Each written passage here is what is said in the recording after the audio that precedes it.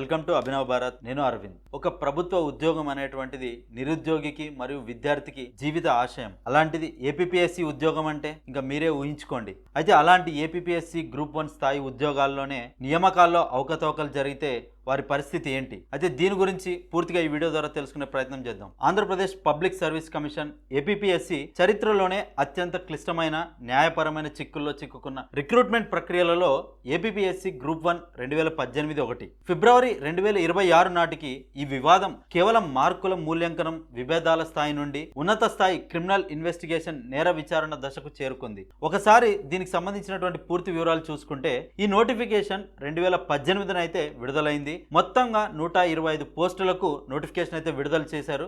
తర్వాత కొన్ని పోస్టులను క్యారీ ఫార్వర్డ్ కింద అమర్చారు.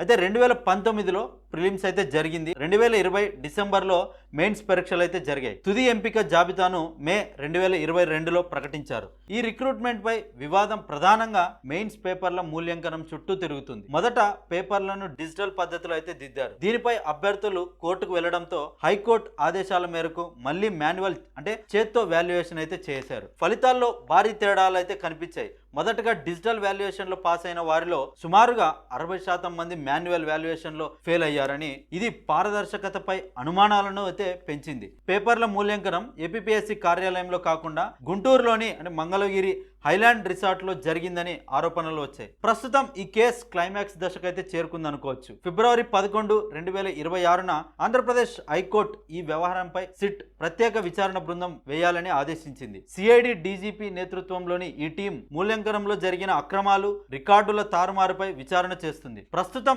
ఎంపికైన అభ్యర్థులను కేవలం నాన్ ఫోకల్ పోస్టులు, ప్రభావం చూపలేని సాదాసీదా పోస్టులోనే నియమించాలని, కేసు తేలే వరకు వారి నియామకాలు తుది తీర్పుకు లోబడి ఉంటాయని కోర్టు స్పష్టం చేసింది. అంటే ఇప్పుడు దాదాపుగా వారు డిఎస్పీ, డిప్యూటీ కలెక్టర్ ఈ స్థాయిలో ఉన్నటువంటి వాళ్ళను ఈరోజు నాన్ ఫోకల్ పోస్ట్గా కొంతకాలం ఉంచాలి, సిట్ తుది నివేదిక వచ్చే వరకు వాళ్ళని ఆ పోస్ట్లో ఉంచాలని చెప్పేసి కూడా కోర్టు నివేదిక వెల్లడించింది. అయితే సిట్ తన నివేదికను మార్చి 16, 2026 నాటికి కోర్టుకు సమర్పించాల్సి ఉంది. మార్చిలో సిట్ నివేదిక వచ్చిన తర్వాత ఈ పరీక్షను పూర్తిగా రద్దు చేస్తారా లేదా తప్పు చేసిన వారిని మాత్రమే తొలగిస్తారా అనేది తేలుతుంది. కోర్టు ఆదేశాలకు అనుగుణంగా Mangalagiri CID director general of police doctor Ravishankar Ayyannar ను సిట్ అధిపతిగా మరియు CID superintendent of police K చక్రవర్తిని సభ్యుడిగా ప్రభుత్వం నియమించింది. అయితే గతంలో చంద్రబాబు నాయుడు ఈ రిక్రూట్మెంట్ ప్రక్రియలో దాదాపుగా 150 కోట్ల రూపాయల అవినీతి జరిగిందని ఆరోపించారు. అనర్హులకు తమ పార్టీ అనుకూలంగా ఉండేవారికే పోస్టులు కట్టబెట్టారని,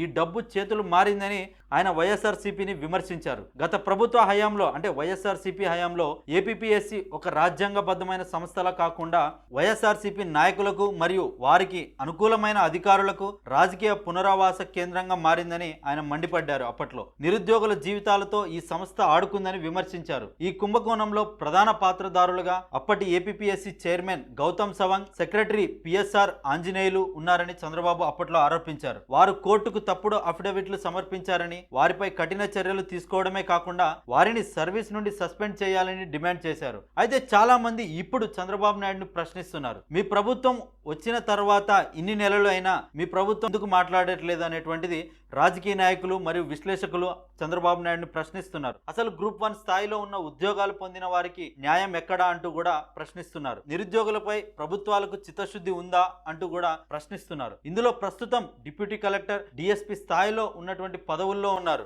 వారికి న్యాయం ఎక్కడా? అసలు గ్రూప్ 1 స్థాయిలో ఉన్న ఉద్యోగాలు పొందిన వారికి న్యాయం ఎక్కడా అంటూ ప్రశ్నిస్తున్నారు. నిరుద్యోగులపై ఈ ప్రభుత్వానికి చిత్తశుద్ధి ఉందా అంటూ కూడా ప్రశ్నిస్తున్నారు. ఇందులో ప్రస్తుతం డిప్యూటీ కలెక్టర్ మరియు డిఎస్పీ స్థాయిలో అనేక పదవుల్లో ఉన్నారంటూ వారి పరిస్థితి ఏంటి అంటూ కూడా ప్రశ్నిస్తున్నారు. చంద్రబాబు నాయుడు మరియు కూటమి ప్రభుత్వం వివరణ ఇవ్వాలని చాలా మంది రాజకీయ విశ్లేషకులు మరియు నిపుణులు కోరుతున్నారు. ప్రతిపక్షంలో ఉన్నప్పుడు చంద్రబాబు నాయుడు 150 కోట్లు అవినీతి జరిగిందని, గౌతమ్ సవాంగ్, ఆంజనేయులు వంటి అధికారులపై చర్యలు తీసుకోవాలని డిమాండ్ చేశారు. మరి అధికారంలోకి వచ్చి ఇన్ని నెలలైనా కోర్టు ఆదేశించే వరకు ఎందుకు వేచి చూశారు అంటూ చంద్రబాబు నాయుడిని ఈరోజు ప్రశ్నిస్తున్నారు. సొంతంగా విచారణ ఎందుకు వేగవంతం చేయలేదు? ప్రస్తుతం విధుల్లో ఉన్న వారిని నాన్ ఫోకల్ పోస్ట్ కి పరిమితం చేశారు. కానీ అసలైన కష్టపడి చదివి ఉద్యోగం సాధించిన ప్రతిభావంతులు ఈ అనిశ్చిత వల్ల మానసిక వేదనకు గురవుతున్నారు. తప్పు చేసిన వారిని ఏరివేసి నిజాయితీ పరులకు భరోసా ఇచ్చే క్లీన్ ఆఫ్ ప్లాన్ మీ దగ్గర ఉందా అంటూ ఈరోజు చంద్రబాబు నాయుడిని ప్రశ్నిస్తున్నారు. ఈ 8 ఏళ్ల సుదీర్ఘ పోరాటంలో వేలాది మంది అభ్యర్థులు వయసు మించిపోయి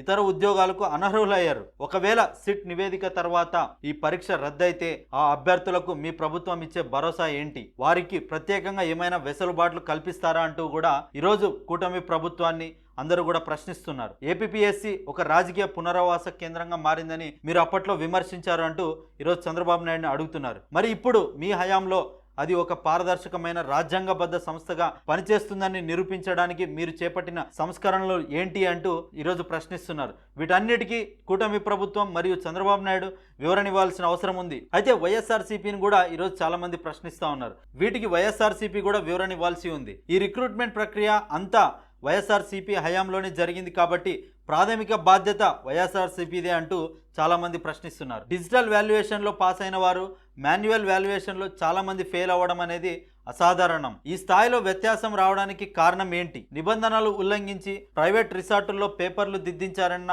ఆరోపణలపై మీ సమాధానం ఏంటి అంటూ ఈరోజు వైఎస్ఆర్సీపీకి ప్రశ్నిస్తున్నారు. ఏపీపీఎస్సీ వంటి స్వయం ప్రతిపత్తి గల సంస్థలో కీలక పదవులను రాజకీయ ప్రయోజనాల కోసం వాడుకున్నారనే ఆరోపణలు ఉన్నాయి. అర్హులైన అభ్యర్థుల కంటే రాజకీయ అనుకూలత ఉన్నవారికే ప్రాధాన్యత దక్కిందన్న వాదనను మీరు ఎలా ఖండిస్తారు అంటూ కూడా ఈరోజు వైఎస్ఆర్సీపీని ప్రశ్నిస్తున్నారు. అప్పటి అధికారులు కోర్టుకు తప్పుడు సమాచారం ఇచ్చారని ఇప్పుడు సిట్ విచారణ ఎదుర్కొంటున్నారు. వ్యవస్థను తప్పుదోవ పట్టించాల్సిన అవసరం అప్పటి ప్రభుత్వానికి ఏమొచ్చింది అంటూ ఈరోజు ప్రజలు వివరణ కోరుతున్నారు. అయితే అప్పట్లో అనేక అవకతవకలు జరిగాయంటూ ఈ ఆరోపణలు రాజకీయ చర్చలు జరుగుతూనే ఉన్నాయి. అయితే ఏది ఏమైనప్పటికీ ఇప్పుడు ఎవరైతే ఉద్యోగాలు పొంది పనిచేస్తున్నటువంటి వారు ఉన్నారో వారైతే అనిశ్చితలో అయితే ఉన్నట్టుగా తెలుస్తోంది. అసలు ఏం జరుగుతుంది, ఏం జరగబోతుంది అనేటువంటిది తెలియాల్సి ఉంది. అదేవిధంగా ఇప్పటి వరకు ఎవరైతే ఈ కోర్టు నిర్ణయం కోసం వేచి ఉన్నారో వాళ్ళందరూ కూడా ఏజ్ బార్ అయిపోయి ఇప్పుడు తదుపరి ఉద్యోగాలకు అనర్హులుగా మిగిలిపోయినటువంటి వాళ్ళకి ప్రభుత్వాలు న్యాయం చేయాలంటే కూడా అందరూ డిమాండ్ చేస్తున్నారు. అయితే దీనిపై మీ అభిప్రాయాన్ని కమెంట్ రూపంలో తెలియజేయండి. Thank you.